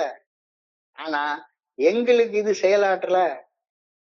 டாக்டர்களையோ அல்லது மாஸ்டர் சோசியல் ஒர்க்கையோ இகழ்ந்துரைக்கிறதுக்காக நாங்க இதை சொல்லல. அவர் தொழில் செய்ய வேண்டாம் சொல்லவே இல்லை. எங்களுக்கு அத்தகைய தொழில்முறை செயல்பாடு செயலாற்றவில்லை என்ற தெளிவான உண்மையை நாங்கள் ஏற்றுக்கொள்கின்றோம். நாங்கள் எங்களது 12வது படிநிலை செயல்பாட்டை ஒரு தொழிலாக செய்ய முற்படும் போது எங்களுக்கு எல்லாருக்கும் ஏற்பட்ட விளைவுகள் தான் ஏற்பட்டுச்சுது. நாம இந்த 12 ஸ்டெப் ஒர்க்க நமக்கு அதுல நல்ல பழக்கமாகி போச்சுது. இந்த ஸ்பான்சர் பண்ற வேலைய லாப நோக்கத்தோட செஞ்சு நாமளும் ஒரு இந்த அனுபவத்தை மட்டுமே வச்சு நாம இதை செஞ்சிடலாம் அப்படின்றப்ப தலையில இடி விழுந்த மாதிரி பல பேருக்கு அதனால செய்யாத. மித்தபடி பணிகளை செய்வதற்காக சிறப்பு பணியாளர்களாக நீ இருக்கிறது ஒண்ணுமே சொல்லவே இல்லை. பணம் பெற்றுக்கொண்டு தங்களிடம் 12வது படி செயல்பாட்டை செய்ய முற்படுவோரின் குரலுக்கு குடிநோயாளிகள் ஒரு நாளும் செவி முடுக்க மாட்டார்கள்ன்றத அனுபவத்தை தெரிஞ்சு கொண்டு இதை சொல்லியிருக்கோம். ஆரம்ப காலம் முதற்கொண்டு அவதிப்பட்டு கொண்டிருக்கும் ஒரு குடிநோயாளியை தனிமையில் முகமுகமாய் நேருக்கு நேர் பார்த்து பணி செய்தது மட்டுமே ஈச் ஒன் ரீச் ஒன். அதனாலதான் இந்த கூட்டம்னு சொல்லாத சந்திப்புன்னு சொல்லு. நான் கூட்டத்துக்கு வரல. குடிநோயாளிகளை சந்தித்து நானும் உங்களோட சேர்ந்து இருக்கிற ஒரு குடிநோயாளி என்று ஒப்புக்கொள்வதற்காக தான் நான் அங்க வர்றேன். அங்க போய் உட்காந்து நான் இவாஞ்சலிசம் பண்றதுக்கெல்லாம் வரவே இல்லை. கண்டிப்பாக இல்லை. இவாஞ்சலிசம் பண்றேன்னா எனக்கு ஆட்டோமேட்டிக்கா நான் பண்ற பணி வேற எல்லாரும் பண்ற பணியை விட உயர்ந்தது அப்படின்ற ஒரு எண்ணம் வர ஆரம்பிச்சிடும். என்னாலதான் இந்த மாதிரியான விஷயங்கள் எல்லாம் செய்ய முடியும் அப்படின்ற கர்வம் தலை உள்ளார வந்துடும். கஷ்டப்படும் மனிதர்களுக்கு பணி செய்ய விரும்புவதால் எங்களுக்கு நாங்களே உதவி கொள்கின்றோம் என்ற அடிப்படை கொள்கை மட்டுமே எங்களுக்கு செயலாற்றியது. அதனாலதான் இந்த 8வது கோட்பாட்டை நாம எழுதியிருக்கோம். பணம் மற்றும் புகழ் பெறும் நோக்கத்தை உள்ளே மறைத்து வைத்துக் கொண்டு ஒரு நண்பர் ஒரு கூட்டத்திலோ அல்லது புதிய நண்பரிடம் தனியாகவோ பேசுகையில் அத்தகைய செயல்பாடு மிக மிக மோசமான விளைவுகளை யாருக்கு உருவாச்சுது, யாரு பணத்தை எதிர்பார்த்து செஞ்சாரோ அந்த மனுஷனுக்கு உருவாச்சுது அப்படின்றத அனுபவத்துல பார்த்து மரபு வழியாக இந்த கோட்பாடை நாங்க எழுதியிருக்கிறோம். இது மிகவும் வெளிப்படையான உண்மை. நீ எதை வேணாலும் வியாபாரம் பண்ணிக்கோ, ஆன்மீகத்தை வச்சு வியாபாரம் பண்ணாத. இவன் சொத்து குல நாசம். இவன் கோயில்ல போனா விபூதியை கூட அங்க வச்சுட்டு வந்துரு. அதை எடுத்து வியாபாரம் பண்ணாத, அதை எடுத்து வியாபாரம் பண்ணாத. ஆனாலும் சில நண்பர்கள் இதை செய்யறத நம்ம பாக்குறப்ப நமக்கு கண்டிக்க தோணுது. சில பேரு ஒரு அனிவர்சரி நடத்தினா சரிதான். ஒரு ஆள் உண்மையிலேயே கேட்டாரு, அனிவர்சரி செலவு வந்து 1,50,000 ரூபாய் 2 லட்சம் ரூபாய் ஆச்சு அப்படின்னு சொல்லி சொல்றாங்களே, ஏன் இல்ல கை போட்டு நோன்றவன் புறங்கைய நக்காமலா போவான் அப்படின்னு ஒரு கேள்விய கிண்டலா கேட்டாரு. நக்கிட்டு போறோம், உனக்கு என்ன, உனக்கு வேணா செஞ்சுக்கோ. ஆனா நீ சொன்ன மாதிரி அவர் வந்து என்ன 12வது படிநிலை செயல்பாட்டை அனுபவம் திரும்ப நம்பிக்கை பகிர்ந்து கொள்றதுக்காக ஒன்றும் பணம் பண்ணலையே. அவர் வந்து ஒரு ஈவென்ட் மேனேஜ்மெண்ட்டை பண்ணாரு. அந்த ஈவென்ட் மேனேஜ்மெண்ட் உள்ள காசை எடுத்துட்டு போனாரு, எடுத்துட்டு போறாரு. உனக்கு என்ன வந்தது, உனக்கு முடிஞ்சா செஞ்சுக்கோ. ஏஏ தோழமையின் கூட்ட அறைகளை தூய்மையாக வைத்திருக்கும் செயல்படும் துப்புரவு பணியாளர்களுக்கு பணம் கொடுக்கறது தப்பா என்ன? கண்டிப்பா கிடையாது, கண்டிப்பா கிடையாது. இப்போ நான் வந்து நான் ஒரு ட்ரஸ்டட் சர்வன் குரூப்ல நாங்க கே நகர்ல இருந்த நேரத்துல ஒரு பயங்கர இன்ஜின் மாதிரி அந்த ரூம் இருந்துச்சு. இது ஒரு நாள் காலையில அந்த ஃபாதர்கிட்ட பெர்மிஷன் கேட்டுட்டு, சார் அந்த இடத்துல நாங்க கொஞ்சம் லைட் போட்டுக்கிறோம், அதை கொஞ்சம் ஒயிட் வாஷ் பண்ணிக்கிறோம் அப்படின்னு சொன்னோம். எங்களால காசு தர முடியாது, நீங்க பண்றதுன்னா பண்ணீங்க அப்படின்னாரு. உடனே அதுக்கு இன்னும் ஸ்பெஷலா ஒரு கிட்டி போய் விட்டோம், வாங்கினோம். அழகா நல்ல டிசைனர் பல்பு ஒண்ணு வாங்கினோம்.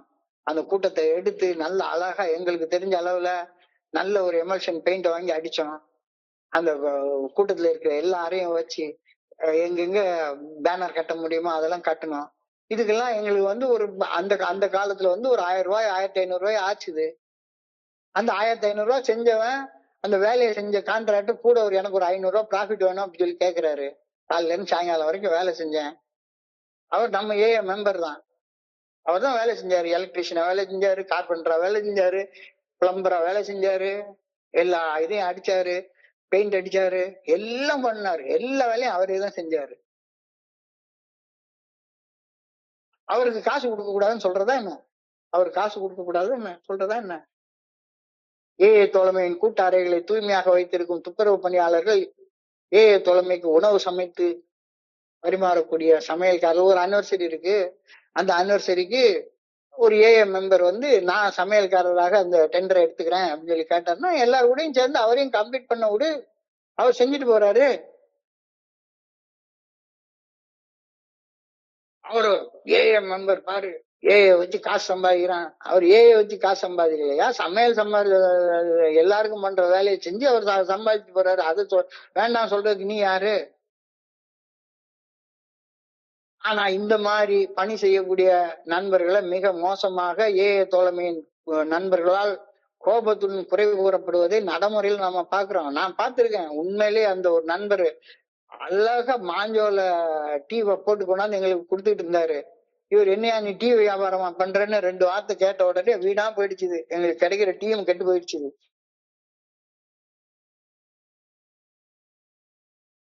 இவர்கள் தொழில் செய்து ஏஏ தோழமையின் பணத்தை சுரண்டுகிறார்கள் அப்படின்னா இங்க ஏஏல பணம் எங்க இருக்கு சுரண்டுறதுக்கு? அதான் போன கோட்பாட்டிலேயே பார்த்துட்டோமே. பணத்தை சேர்த்து வச்சிருந்தாங்கன்னா சுரண்ட முடியும். நீ சேர்த்து வைக்கல, அந்தந்த நேரத்துக்கு என்னென்ன வேலை தேவைப்படுதோ கிட்டி பையில பணத்தை கலெக்ட் பண்ற, வேலை செய்யறவங்களுக்கு கொடுத்து முடிச்சுட்டு கையை தட்டிட்டு தோல்ல துண்டை உதட்டி தோல்ல போட்டுட்டு போயிட்டே இருக்க போற, அவ்வளவுதானே. பணம் பெற்று பணியாற்றுவோர் ஏஏ தோழமை தங்களது குணமடைதலுக்கு பரிந்துரைத்த 12 படிகள் அடங்கிய மீட்படையும் செயல் திட்டத்தில் படி செயல்பட்ட வாழ்க்கை அனுபவங்களை பகிர்ந்து கொள்வதற்கு பணம் வாங்கலன்றது மட்டும் தெரிஞ்ச போதும். அப்படியே பணம் வாங்கினாலும் கூட அவனை நீ என்ன சொல்ல போற? கோட்பாடு வாங்காதன்னு சொல்லுது, அதை கடைபிடிக்க வேண்டியது அந்தந்த தனி மனுஷன் தானே. அது தவிர பிற பணிகளை பணம் பெற்றுக்கொண்டு நண்பர்கள் செய்தாலும் கூட அவங்க அவங்க வேலையை செய்யறாங்க, அவ்வளவுதான். அவங்களுக்கு ஒரு ஒரு ஒரு ஒரு ஆர்ட் பில் சிசிட்னு ஒரு புக் பிரிண்ட் ஆயிருக்கு. அந்த பிரிண்ட் ஆகுற நேரத்தை அந்த ஆர்பிசிசி புக்கு நான் தான் பண்ணேன். நம்ம நண்பர் தான் கோடம்பாக்கத்துல ஒரு பிரஸ் வச்சிருக்கிறாரு. நான் அவர்கிட்ட கேட்டேன், சார் பம்பாயில அடிச்சீங்கன்னா எங்களுக்கு ப்ரூஃப் ரீடிங் கூட பார்க்க முடியல சார். எங்களுக்கு சென்னையில அடிக்கிறதுக்கு பெர்மிஷன் கொடுத்தா நான் இந்த ஆர்பிசிசி புக்கை தர்றேன். இப்ப நண்பர் பேரை சொன்ன மாதிரி அப்போ இந்த பேரை சொல்லலாம், தாஜி சம்சுதீன் சொன்ன மாதிரி அந்த நேரத்துல பல்லா அப்படின்னு ஒரு ஜெனரல் சர்வீஸ் ஆபீஸ் சேர்மன் இருந்தாரு. அவர் மெட்ராஸ்க்கு ஆபீஸுக்கு வந்திருந்தாரு. இந்த பாருங்க, எங்களுக்கு மெட்ராஸ்ல பிரிண்ட் அடிக்கிறதுக்கு பெர்மிஷன் கொடுத்தீங்கன்னா, இல்ல நீங்க இங்க பண்ணுனீங்கன்னா, இந்த பாருங்க, நீங்க பம்பாயில எந்த பிரஸ்ல எவ்வளவு ரூபாய்க்கு அடிக்கிறீங்களோ, என்ன குவாலிட்டி பேப்பர்ல அடிக்கிறீங்களோ அந்த குவாலிட்டி பேப்பருக்கு நம்ம ஏஏ மெம்பர் அடிச்சு தருவாரு. பணத்தை உங்கள்கிட்ட கொடுத்துருவோம், நீங்களே செக்கா போட்டு அவர் கைக்கு கொடுத்துருங்க அப்படின்னு சொன்னோம். இது தப்பாயிடுமா என்ன? தப்பாயிடுமா என்ன? பிற பணிகளை பணம் பெற்றுக்கொண்டு சில நண்பர்கள் செய்தாலும் கூட அந்த நண்பர் வந்து நான் இன்னைக்கு செஞ்சேன், நான் தான் பிரிண்ட் பண்ணி கொடுத்தேன் அப்படிலாம் சொல்றதே இல்லையே. புக்கு நீங்க சொன்ன மாதிரி தினமும் நாம் சிந்தனைக்கு புக்கு அதையும் நான் தான் எழுதினேன். ஆனா எனக்கு அதை படிக்கிற நேரத்துல சில நேரத்துல ஒமட்டிட்டு வரும். இந்த புக்கு அதுல அவ்வளவு, அதாவது இதுலயும் நிறைய எழுத்து பிழைகள் இருக்கு. அது எனக்கு ரொம்ப 25 வருடங்களுக்கு முன்னால செஞ்சப்ப என்னுடைய திறமை அவ்வளவுதான் இருந்திருக்கு. ஆனா எனக்கு ஒரு நிறைவு என்ன, அதுல ரொம்ப குறைவான அளவு தப்பு தான் இருக்கு. தினமும் நம் சிந்தனைக்கு ப்ரூஃப் ரீட் கூட பண்ணவே இல்லை. நிறைய தவறுகள் இருக்கு, அதனால பார்க்க முடியுது. அமெரிக்காவில எல்லாம் எடுத்துக்கொண்டோம்னா பண்ணை வீடுகள், குடிநோயாளிகள் தங்க இளைப்பாறும் விடுதிகள், இதெல்லாம் பண்ணி வச்சிருக்காங்க அப்படின்னு சொல்றாங்க. ஒரு குரூப்போடையும் ஒரு கிளப் வந்து வச்சுப்பாங்க, ஏஏ கிளப்னு பேரு. ஏஏ கிளப் வந்து ஏஏ குரூப் மெயின்டைன் பண்ற ஒன்னாக இருக்கும். அப்ப அந்த கிளப்பை மெயின்டைன் பண்றதுக்கு, ஏன்னா நம்ம மெம்பர்ஸ் தான் வர போறாங்க. இப்ப நான் வந்து திருநெல்வேலியில அப்படி ஒரு கிளப் ஒண்ணு ஆரம்பிக்கலாம்னு ஒரு ஐடியா ஒண்ணு போட்டேன். கிட்டத்தட்ட ஒரு 3000 ரூபாய்க்கு ஒரு இடத்த வாடகைக்கும் பார்த்தேன். 3000 வாடகை யாரு கொடுக்கறதுன்னு வாழுன்னு கத்தி எல்லாத்தையும் நிறுத்திட்டாங்க. வந்திருந்தாங்கன்னா சரிதான், இந்த பாருங்க, எங்க எங்க எங்க ஏஏ ரூம் ஒண்ணு இருக்கு, வந்து படுத்துக்கோ, அதுல ஒரு கிட்டி போய் இருக்கும், வெளியே தங்குனா 1000 ரூபாய் நீ ரூம் வாடகை கட்ட போற, அட்டாச் பாத்ரூமோட ஒரு இடம் இருக்கு, ஏசி போட்டு வச்சிருக்கிறோம், உன்னால முடிஞ்சது ஒரு 200 ரூபாய் கிட்டி பையில போட்டுட்டு தங்கிட்டு காலையில எழும்பி போயிட்டே இரு. இல்ல வந்து இங்க குடியிருந்துருவாங்க, வேற யாரையாச்சும் கூட்டிட்டு வந்துருவாங்க, தப்பான செயல்கள் நடக்க ஆரம்பிச்சிடும், எவனாச்சும் ஒருத்த வந்து ராத்திரி உட்காந்து தண்ணி அடிக்க ஆரம்பிச்சிடும், இதெல்லாம் பண்ணுன்னா பிசினஸ் பண்றோம் நாய் பெறும் நாங்க. ஆனா இங்க அழகா சொல்றாங்க, விடுதிகள் மற்றும் பண்ணை வீடுகள் கூட இது பண்ணி தொழிலாக செய்யறது அமெரிக்காவில் நடக்குது. இத வந்து ஆரம்ப காலகட்டத்துல கடும் கோபத்தோட பண்ணாங்க. இப்படி ஒரு இடம் இருந்ததுன்னா சரிதான், ஒரு குடிநோயாளி இருந்தாங்கன்னா கொண்டு போய் எங்கேயாவது ஒரு ட்ரீட்மெண்ட் சென்டர்ல மாசத்துக்கு 15,000 20,000 கட்டுறதுக்கு பதிலாக அங்க ஒரு ஏஏ மீட்டிங் நடக்கும். ஏஏ மீட்டிங் நடக்கிறப்ப எங்க பக்கத்திலேயே லட்சுமி ஆஸ்பத்திரி இருக்கு, அந்த ஆஸ்பத்திரியில உள்ள ஒரு நர்ஸ் கிட்ட சொன்னா, அந்த நர்ஸ் எங்ககிட்ட சொல்லி இருந்துச்சு, சார் எங்க ஆஸ்பத்திரியில வாங்கினீங்கன்னா வெளியே வாங்கின ட்ரிப்ஸ் வந்து 500 ரூபாய்னா நாங்க வந்து 150 ரூபாய்க்கு தான் வாங்குறோம். 150 ரூபாய்க்கு வாங்கி 150 ரூபாய் கொடுங்க, அந்த குத்தி விட்டு போறதுக்கு எனக்கு ஒரு பைசா கூட வேண்டாம், விட்டுருங்க. அப்போ ஒரு ஆள் படுத்துட்டே ட்ரிப்ஸ் ஏறிட்டு இருக்கோம், டீடாக்ஸ் ஆகிட்டே இருக்கும், இந்த பக்கம் நம்ம ஏ மீட்டிங் நடத்திட்டு இருப்போம். நடத்த வேண்டியதானே? இப்படிப்பட்ட ஒரு செயலை செஞ்சா என்ன தப்பு இருக்கு? இன்னும் கோபத்தோட எதிர்த்து செய்ய விட மாட்டேன்றாங்க. குடிநோயை சிகிச்சையில் ஈடுபடும் பிற நிறுவனங்கள் ஊதியத்திற்காக பணியமர்த்துறது கூடவே கூடாது. ஏன்?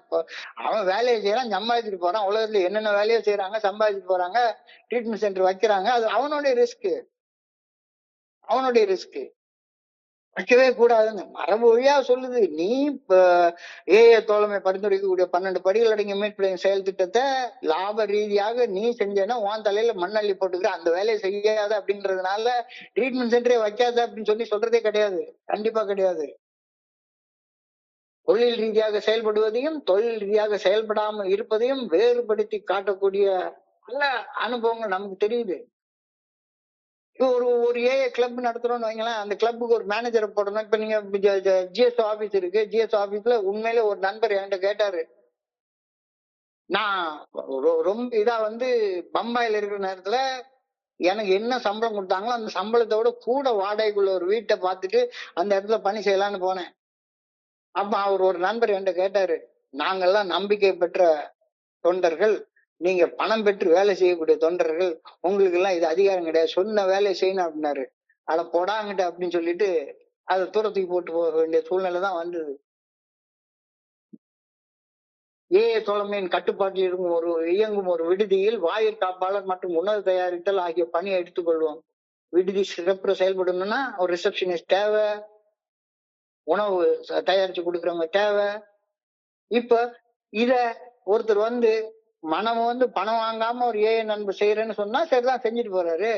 ஆனா அவருக்கும் கூட பேசிக் நீட்ஸ கொடுக்க வேண்டியதுதான் நம்மளுடைய கடமையாக இருக்க முடியும். அவரை பணி அமர்த்தும் பட்சத்துல இன்னொரு பணியாளருக்கு என்ன சம்பளம் கொடுக்குறோமோ அந்த சம்பளத்தை அவருக்கு கொடுக்கறது தானே நியாயமாக இருக்க முடியும். முழு நேர பணியாளர்களை பணி அமர்த்தாமல் ஏஏ தோழமையுடைய ஜெனரல் சர்வீஸ் ஆபீஸோ வேர்ல்ட் சர்வீஸ் ஆபீஸோ எந்த ஆபீஸோ செயல்பட முடியவே முடியாது. அவர் சொன்ன மாதிரி ஒரு நாளைக்கு 2000 லெட்டர் வருதான். 2000 லெட்டர் எனக்கு தெரிஞ்ச அளவுல நம்மளுடைய WSOக்கே 400 500 லெட்டர் வரும். 2000 லெட்டர்ன்றது ரொம்ப வருஷத்துக்கு முன்னால. இப்போ நிறைய வரும், இன்னும் நிறைய வருமா இருக்கும். இந்த லெட்டர்கள் எல்லாத்துக்கும் பதில் எழுதி ஃபைல் பண்ணி ஒரு ரெக்கார்டை மெயின்டைன் பண்ணிட்டு இருக்கிறதுக்கு ஒரு ஆள் தேவை வைக்காம இருக்குமா? இந்த இந்த மாதிரி செயல்பாடுகளை பண்றதுக்கு ஒரு ஏஐல அனுபவம் உள்ள ஒரு ஆளை, ரிட்டையர் ஆன ஒரு ஆளை போட்டு வச்சுக்கிறது நல்லது தானே. ஆனா இந்த கோட்பாடு காரணம் காட்டி அப்படிப்பட்ட செயல் செய்யக்கூடாது அப்படின்னு சொல்லக்கூடிய பழமைவாதிகள் நிறைய பேர் இருக்கிறாங்க அப்படின்னு பில்டபிள்யூ தான் சொல்றாரு. தொண்டு மனப்பான்மை இல்லாத மனிதர்கள் இத்தகைய பணியாளர்களை தவிர்க்க முடியாத தீயவர்கள் அப்படின்னு சொல்லி சொல்றாங்க. தவிர்க்க முடியாத தீயவர்கள் அப்படின்னு சொல்லி சொல்றாங்க. அவங்க அவங்க அவரு எவ்வளவோ வருஷம் வேலை பார்த்திருக்கிற ஒரு மனுஷன் ஏஐ பணத்தை சுரண்டி வீடு கட்டி விட்டாரு அப்படின்னு குற்றம் சொல்லக்கூடிய ஆளுங்களும் இருக்கத்தான் செய்யறாங்க. அவங்களுக்கு எல்லாம் ஏஐ மெம்பருக்கு எல்லாம் பணி செய்யணும்னா சம்பளமே கொடுக்க கூடாது, ஜிஎஸ்ஓல பணி செய்தால். அது எப்படிப்பா? அப்ப ஜிஎஸ்ஓன்ற பணியே செய்யவே முடியாம போயிடுமே. இதெல்லாம் நம்ம புரிஞ்சுக்கிட்டோம். சோ ஏஐ தோழமையின் தலைமையகத்திலும் ஏஐ நண்பர்களுக்கு சம்பளமே கொடுக்க கூடாது அப்படி சொன்னா ஒரு வேலையும் நடக்காது. இப்படி தொழில் ரீதியாக செயல்படும் பணியாளர்களை பணி அமர்த்தி செயல்படுவதால் என்றாவது ஒரு நாள் அவங்க ஏஐ பேரை தவறாக பயன்படுத்தி பணம் ஈட்டலாம் அப்படின்னா ரைட்டு. நம்ம ஏஐல ஒரு அளவுக்கு மேல பணம் வச்சுக்கிறதே கிடையாது. ப்ரூடென்ட் ரிசர்வ் தவிர வேற எதுவுமே நம்ம வச்சுக்கிறதே கிடையாது. அந்த 7வது கோட்பாட்டை நீங்க ஒழுங்கா பயன்படுத்தி இருந்தேன்னா இந்த 8வது கோட்பாட்டுல ஏஐ பணத்தை சுரண்டுறதுக்கான வாய்ப்பே கிடையாது தானே. நான் சென்னை இன்டர் குரூப் உடைய சேர்மனாக 25வது வருடத்துல ஒரு தடவை தேர்ந்தெடுக்கப்பட்டேன். அப்ப ஒரு பெரிய கம்ப்ளைண்ட். அதுக்கு முன்னால இருந்த ட்ரெஷரர் கிட்டத்தட்ட ஒரு 45,000 ரூபாய் பணத்தை எடுத்துட்டு போயிட்டாரு. அவர் எங்க ஓடி போய் குடிச்சு விட்டாரு. அவர் மேல ஒரு போலீஸ் கம்ப்ளைண்ட் கொடுத்து அவரை பிடிச்சி ஜெயிலுக்குள்ள போடணும் அப்படின்னாரு. உடனே நான் கேட்டேன், போலீஸ் கம்ப்ளைண்ட் யார் கொடுக்கறது அப்படின்னா, இன்டர் குரூப் ஆபீஸ்ல தான் கொடுக்கணும். அவன் உடனே கேட்பான்ல, உங்ககிட்ட 45,000 ரூபாய் பணம் எங்க இருந்து வந்ததுன்னு கேட்பான்ல. இல்ல நாங்க கிட்டியா போட்டு எல்லார்கிட்ட இருந்து வாங்கணும் அப்படின்னு. அது கணக்கு வச்சிருக்கியான்னு கேட்பான்ல. அப்ப கணக்கு வச்சிருக்கியான்னா நீ அதுக்கு பெர்மனன்ட் அக்கௌண்ட் நம்பர், ஒரு பேன் நம்பர் வச்சிருக்கியா, ஒரு டின் நம்பர் வச்சிருக்கியா அப்படின்னு சொல்லி கேட்பான்ல. நீ வாட்டுக்கு சும்மா உண்டியல்ல சேர்த்த பணம்னு சொன்னா ஒத்துக்க போறாங்களா என்ன? அப்ப நீங்க என்ன சொல்ல வர்றீங்க? நீ பணம் வச்சிருந்தே தப்பு. அந்தந்த நேரத்துக்கு பட்ஜெட் போடணும், பட்ஜெட் போட்டு செலவு பண்ணணும், துண்டை உதறி தோல்ல போட்டு போயிட்டே இருந்திருக்கணும். நீ பணத்தை வச்சிருந்த. அப்ப பணத்தை வச்சிருந்ததுனாலதான் ஒருத்தன் திருடுறதுக்கு நீ காரணமாக இருந்த. உன்னையத்தான் முதல்ல கண்டிக்கணும். நீ பணத்தை வைக்காம இருந்திருந்தேன்னா ஒரு ஆள் திருடி இருக்க மாட்டான், திருடலைன்னா போய் குடிச்சிருக்க மாட்டான். எதுக்கு நீ அதை பண்ற? அப்ப ஏஐல எப்படிதான் செயல்படுறது? அனிவர்சரி வருதா, அனிவர்சரிக்காக பட்ஜெட் போட்டு அனிவர்சரி பணம் முடிஞ்ச உடனே அந்த இது பண்ணிட்டு எந்த வேர்ல்ட்ஸ் ஜெனரல் சர்வீஸ் ஆபீஸ்ல அக்கௌண்ட் இருக்கு, அந்த அக்கௌண்ட்ல பணத்தை போட்டு முடிச்சுட்டு போயிட்டே இரு. நோய்க்கு தொழில் ரீதியாக பணம் பெற்றுக்கொண்டு சிகிச்சை அளிக்கும் பிற வெளி நிறுவனங்களுடன் இணைந்து ஏஐ தோழமை நண்பர்கள் செயல்படலாமா? ஏஐ பெயரை உபயோகப்படுத்தாம உன்பாட்டு என்ன வேணா செஞ்சுக்கோ. ஒண்ணுமே பிரச்சனை கிடையாது. அவருக்கு மனசுக்கு கஷ்டமா இருக்கும் அப்படின்னா சரி வேண்டாம். அவரு என்ன பண்றாரோ அது பண்ணட்டும். நோயை குணப்படுத்துவதை தொழில் முறையில் செய்யும் நிறுவனங்களுடன் இணைந்து முழு நேரம் வேலை செய்பவர்கள் 12வது படிநிலை செயல்பாட்டுல ஒரு நாளும் ஈடுபடுவதே இல்லை. ஞாபகத்துல வச்சுக்கோ, ஞாபகத்துல வச்சுக்கோ. எந்த ஒரு ஏஐ தோழமை நண்பரும் ஒரு பொது தளத்தில் தனது அனாமதேயத்தை தான் உடைக்கிறாரு. அது அவருடைய தனிப்பட்ட பிரச்சனை. அது அவரு சால்வ் பண்ணிட்டு போறாரு. ஏஐ தோழமை பரிந்துரைக்கக்கூடிய 12 படிகள் அடங்கிய மீட்படையும் செயல் திட்டத்தை ஒருபோதும் தொழில் ரீதியாக நாங்க செயல்படுத்த மாட்டோம் அப்படின்னு தான் இந்த 8வது கோட்பாடு சொல்லுது. எல்லா வகையான அனுபவங்களுக்கு அப்புறமாகத்தான் இந்த 8வது கோட்பாடு ரொம்ப கேர்ஃபுல்லா நம்ம டிசைன் பண்ணி எழுதியிருக்கிறோம். ரொம்ப கேர்ஃபுல்லா டிசைன் பண்ணி எழுதியிருக்கிறோம். தப்பா புரிஞ்சுக்காதீங்க இத.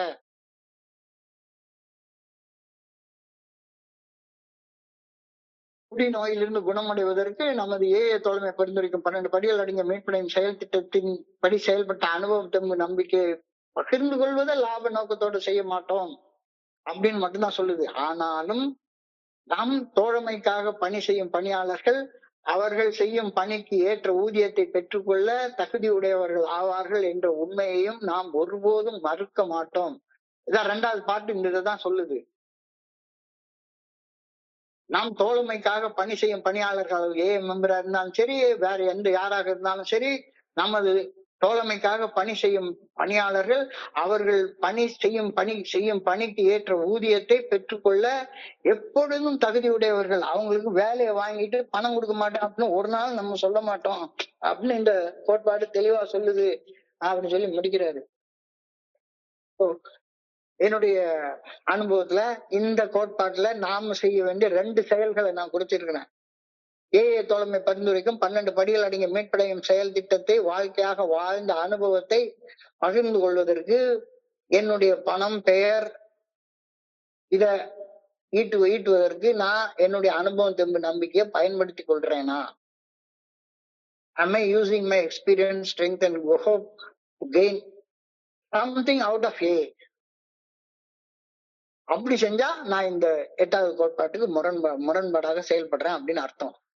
ஆனால் குடிநோயை குணப்படுத்தல் என்ற மிக விரிவான துறையில் இணைந்து தொழில் ரீதியாக செயலாற்றும் நண்பர்களை குறை கூறும் மனப்பான்மை எனக்குள்ளார இன்னும் இருந்துட்டு இருக்கா அப்படின்னா நான் சமுதாயத்துக்கு எதிராக செயல்படக்கூடிய ஒரு மனுஷன். ஏஐ தோழமைக்கு முன்னால மட்டும் இல்ல, சமுதாயத்துக்கு எதிராக செயல்படக்கூடிய மனுஷன். குடிநோயை குணப்படுத்துதல் என்ற மிக மிக மிக விரிவான துறை, சாதாரண துறை இல்ல, இது ரொம்ப ஒரு ஸ்டாண்டர்ட் ஃபீல்டு. இந்த ஃபீல்டுல எவ்வளவு டாக்டர்ஸ், எவ்வளவு நர்சஸ், எவ்வளவோ பேர் பணியாற்றி கொண்டிருக்கிறாங்க. இதுல ஏஐ நண்பர்களும் பணியாற்றுறதுதான் தப்பு அப்படின்னு அவங்க குறை சொல்ற மனுஷனாக இருந்தா அப்படின்னா நான் என்ன சொல்றேன், இந்த சமுதாய மேம்பாட்டுக்கே குறுக்க நிக்கிற மாதிரி ஒரு மனுஷன் மாறுறேன். இந்த கோட்பாட்டை பயன்படுத்தி சமுதாய மேம்பாட்டுக்கு குறுக்க நான் நிக்கிறேனா ஒண்ணு நீயே கேட்டுட்டு பதில் சொல்லிக்கோ. ஏன்னா இது சட்டம் கிடையாது, இது கோட்பாடு. இது ஒரு மரபு வழி அறியப்பட்ட கோட்பாடு. உனக்கு கூறப்பட்ட ஒரு ஆலோசனை எடுத்துக்கோ, நல்ல வகையாக எடுத்துக்கோ, புரிஞ்சுக்கிட்டு எடுத்துக்கோ, சும்மா குறை சொல்லாத. இதை தொடர்ந்து இதற்கான ஒரு பிரார்த்தனை சொல்லப்பட்டிருக்கிறது. அன்பான இறைவா, ஏஐ தோழமை பரிந்துரைக்கும் ஆன்மீக செயல் திட்டத்தை எனது சொந்த இலக்குகளை அடையும் தன்னல தன்முனைப்புடனான நோக்கங்களுக்காக படுத்தாது இருக்க தேவைப்படும் மனப்பக்குவத்தை எனக்கு அருள உண்மை பணிவுடன் வேண்டிக் கொள்கின்றேன். அழகான சின்ன பிரார்த்தனை. எனக்கு ஒரு அழகான 12 படிகள் அடங்கிய மீட்படையும் செயல் திட்டம் கொடுக்கப்பட்டிருக்கிறது. இந்த செயல் திட்டத்தை பயன்படுத்தி நான் பெற்றுக்கொண்ட அனுபவம் தெம்பு நம்பிக்கைய என்னுடைய சொந்த லாபத்துக்காக, என்னுடைய சொந்த புகழுக்காக பயன்படுத்தாது இருக்கக்கூடிய மனப்பக்குவத்தை எனக்கு அருள்வாயாக. குடிநோயை குணப்படுத்தும் துறையில் பணியாற்றுவோரை குறை கூறும் என்னுடைய மனப்பான்மையை தவிர்ப்பதற்கும் தேவைப்படும் மனப்பக்குவத்தை எனக்கு அருள உண்மை பணியுடன் வேண்டுகின்றேன். நன்றி இறைவா. மறுபடியும் 2வது தடவை அந்த பிரார்த்தனையை வாசிக்கிறேன். அன்பான இறைவா, ஏஐ தோழமை பரிந்துரைக்கும் ஆன்மீக செயல் திட்டத்தை எனது சொந்த இலக்குகளை அடையும் தன்னல தன்முனைப்புடனான நோக்கங்களுடன் செயல்படுத்தாது இருக்க தேவைப்படும் மனப்பக்குவத்தை எனக்கு அருள உண்மை பணிவுடன் வேண்டுகின்றேன். குடிநோயை குணப்படுத்தும் விரிவான துறையில் பணியாற்றுவோரை குறை கூறுவதை தவிர்க்கும் மனப்பக்குவத்தையும் எனக்கு அருள உண்மை பணிவுடன் வேண்டுகின்றேன். நன்றி இறைவா, நன்றி இறைவா, நன்றி இறைவா. எனக்கு இந்த 8வது கோட்பாட்டை பத்தி தெரிந்து கொள்ள இந்த அற்புதமான வாய்ப்பை வழங்கிய இந்த குழுவிற்கு என்னுடைய மிக பணிவான நன்றிகளை தெரிவிச்சுக் கொள்றேன். இது வரைக்கும் பொறுமையாக கேட்ட உண்மையிலேயே இந்த நண்பர்களுக்கெல்லாம் இதை கேட்கறதுக்கே ஒரு பெரிய பொறுமை வேணும். பொறுமையோட கேட்ட ஒவ்வொரு நண்பர்களுக்கும் என்னுடைய பணிவான நன்றிகளை தலை வணங்கி சொல்கிறேன். இந்த இரவு பொழுது நண்பர்களுக்கு இனிமையான இரவாக அமைய இறைவனை பணியோட வேண்டிக் கொள்கின்றேன். நன்றி, நன்றி, நன்றி, நன்றி, நன்றி, நன்றி. வாழ்க வையகம், வாழ்க வளமுடன்.